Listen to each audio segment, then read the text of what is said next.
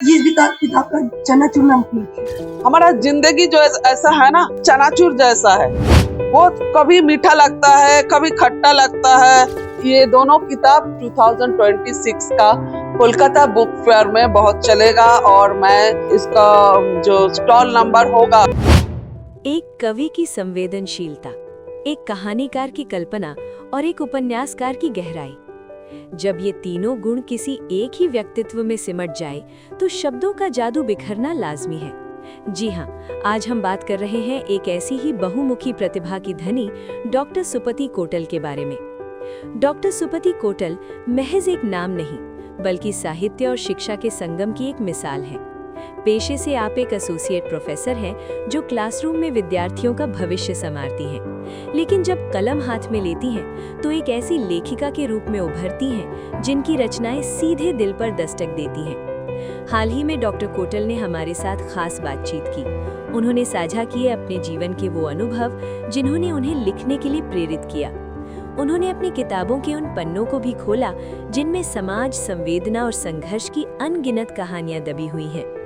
चाहे वो कविता की लय हो या उपन्यास की बुनावट, उनकी लेखनी में एक अलग ही खिंचाव है। एक शिक्षक के अनुशासन और एक कलाकार की आजादी का ये तालमेल वाकई निराला है।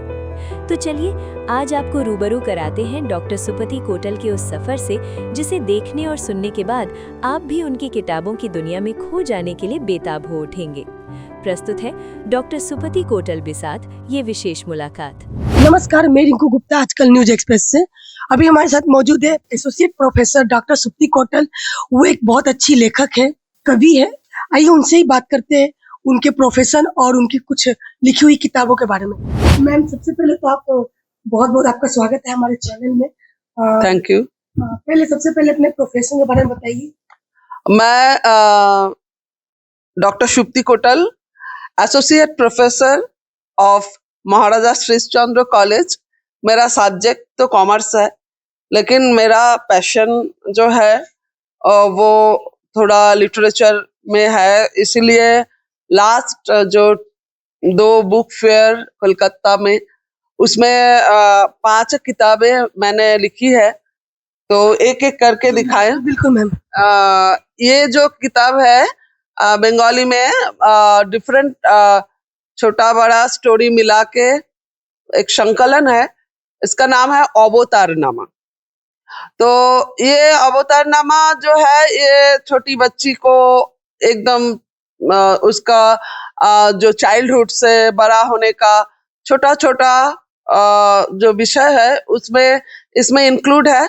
और डिफरेंट सारी अदर्स जो स्टोरीज है, डिफरेंट फीचर है, और जैसे ट्रैवलिंग कुछ एक्सपीरियंस के बारे में, वो भी सब मिला के मैंने पहले सोचा कि ये सब डिफरेंट वे में मैगजीन में है, तो एक साथ करके एक बुक बना दे। तो पहले ये बुक बनाने के बाद ही मेरा ऐसा नशा और ऐसा इच्छा बढ़ गया है लिखने का। तो मैं अभी लिख रही हूँ। तो प्रकाशित हुआ ये मेन स्ट्रीम पब्लिकेशन में पब्लिश हुआ है 2024 में।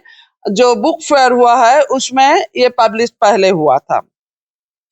और जो हिंदी जो कविता है, बंगाली कविता प्रेम के बारे में, डिफरेंट प्रेम का फीलिंग्स के बारे में, छोटा छोटा कविता, इसको अनुकविता बोला जाता है।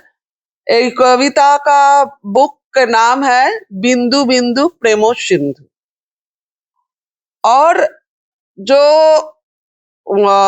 वो मतलब जो लेटर है, बंगाली लेटर, वो लेटर के ऊपर, एक एक लेटर के ऊपर जो कविता मैंने लिखी थी, वो भी 2024 में पब्लिश्ड हुआ। कुहुतान प्रकाशनी इसका पब्लिशर था। और ये बुक का नाम है वर्णमालाएं बेधेছি মন। तो ये किताबें भी बंगाली जो लेटर है, एक एक लेटर के ऊपर डिफरेंट आइडियाज के ऊपर एक एक कविता इसमें है।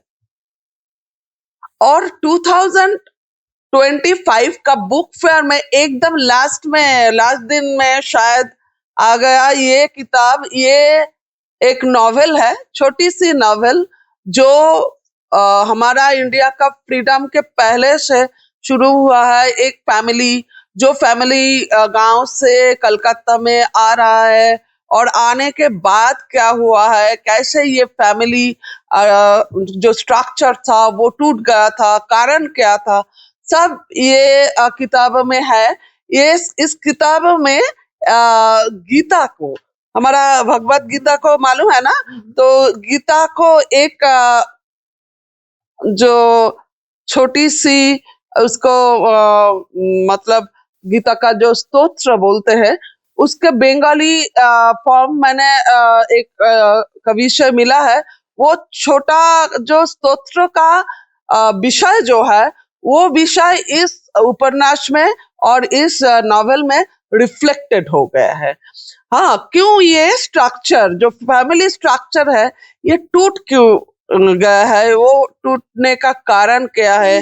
हाँ, रियल घटना मतलब है, मैंने बहुत करीब से देखा है, और इसमें हर लेखक जैसा करते हैं, अपने कुछ दिल का बात और काल्पनिक का जो है वो लगा देता है। ये सब मिला के ये उपन्यास मैंने लिखी थी। छोटी सी उपन्यास है, जो पाठक का अब तक ये पढ़ा है तो वो चाहता है कि थोड़ा सा बड़ा करने में और भी अच्छा लगता, तो मैं क्षमा कर मांगती हूँ कि मैं मुझको ये इसको और भी बड़ा करना चाहिए था, लेकिन मैंने कर नहीं पाया। इसका लगने में 6 महीना लगा है। और ये है चनाचूर, जो हजावरला प्रकाशनी ये पब्लिश किया है, लेकिन ये 2025 का बुक फेयर में नहीं आया था। आशा रखती हूँ ये दोनों किताब 2025 का के बाद 2026 का कोलकाता बुक फेयर में बहुत चलेगा, और मैं इसका जो स्टॉल नंबर होगा पब्लिशर का, वो मैं बता देंगे जब वो मुझको मेरे साथ कांटेक्ट करेगा ना, तब हम बता देंगे। और पाठक टिल नाउ पाठक जो लोग पढ़ा है वो बहुत अच्छा बोल रहे हैं, उन लोगों को बहुत।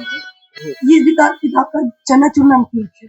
चनाचूर मतलब इसमें भी थोड़ा मजेदार बात तो यही है, लेकिन इसमें थोड़ा फिलोसॉफी है। फिलोसॉफी मतलब ये भी हमारा जो इंट्रोडक्शन में मैंने लिखा है, हमारा जिंदगी जो ऐसा है ना, जो चनाचूर जैसा है, वो कभी मीठा लगता है, कभी खट्टा लगता है, कभी छोटा लगता है, कभी बड़ा लगता है, सब मिला के है। इसीलिए इस किताबों में जो घटनाएं हैं, जो स्टोरीज है, वो मजेदार हो सकता है, लेकिन इसमें थोड़ा थोड़ा फिलोसॉफी मैंने रखा है। और ये बुक भी सबको बहुत अच्छा लग रहा है, क्योंकि ये जिंदगी का बात ही बोल रहे हैं। आपको ख्याल कैसे है लिखने का?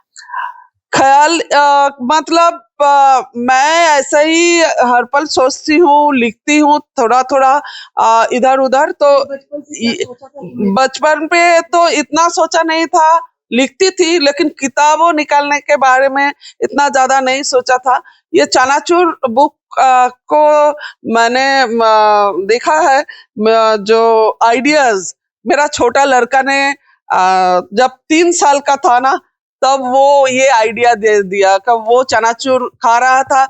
मैंने बोला था तुम्हारा जिंदगी कैसा लग रहा है बेटा, तो उन्होंने बताया कि मेरा जिंदगी चनाचूर जैसा लग रहा है। मैम के लड़के ने ही उनको बताया मैंने चौंक गया, सच बोला है। तो इसीलिए मैंने जो किताब लिखा है, ये छोटा छोटा स्टोरी ये चनाचूर के ऊपर ही मैंने लिख दिया। इसका किताब सुना मैम, आपका कविता भी बोलती हैं कुछ, मैं दर्शकों को 2 लाइन बताइए। सुना ये जीवन तो एक सपना है, ये जीवन तो एक सपना है, बस यही ख्याल तो अपना है।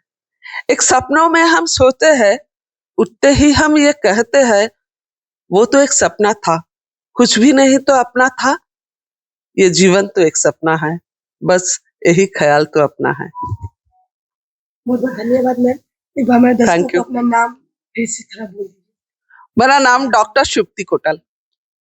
तो ये थी हमारे साथ डॉक्टर सुप्ति कोटल। इन्होंने अपने जीवन के बारे में बहुत कुछ हर लम्हा अपने हमारे साथ शेयर किया। किस तरह से इनके मन में ख्याल आया कि वो उपन्यास, कहानी, कविता लिखे, और जैसे आपने सुना भी कि बहुत अच्छी कवि है। थोड़ा बहुत छोटा मोटा कुछ कवि और हूँ, एक लंबा लाइन- बड़ा कवि। एक लाइन सुना दीजिए दर्शकों को कुछ। আমি একটা বাংলা কবিতা শোনাচ্ছি, প্রেমেন্দ্র মিত্রের কবিতা। ঘরটা একটু অগোছালো থাক, ঘরটা একটু অগোছালো থাক, উঠোনে একটু ধুলো, খাড়া দেওয়ালের কঠোর জ্যামিতি ভাঙতে বন্য লতাটা তুলো। অন্তরে কিছু সংশয় থাক, ভাষায় একটু দ্বিধা, কিছু ভুলচুক কাটাকুটি নিয়ে জীবনের মুসাবিদা। নিরেট সত্য, নিখুঁত মাধুরী ছাপানোই মেলে কিনতে, শুধু নির্যাস চায় না হৃদয় পুষ্প তরুর বৃন্তে। কিছু মলা, কিছু খাদ নিয়ে যেন সব মধুরের খেলা, মর্তের মাটি ময়লা বলেই এখানে প্রাণের মেলা। बहुत बढ़िया मैम। तो जैसा आप देख रहे थे डॉक्टर सुप्ति कोटल ने अभी भी आपको कविता भी सुना है। तो ये थी इनसे जुड़ी कुछ बातें, और ज़्यादा जानकारी के लिए हमारे जो नीचे नंबर दिया गया है हमारे चैनल का, इनका जो बुक अभी बुक फेयर में आने वाला है, पब्लिक लगने वाला है स्टॉल में, स्टॉल नंबर या कोई भी अदर आपको इन्फॉर्मेशन चाहिए तो आप इस नंबर पर कांटेक्ट करिए और सभी जानकारी आपको वहीं पर मिल जाएगी। मैं रिंकू गुप्ता अभी के लिए इजाज़त चाहती हूँ। नमस्कार।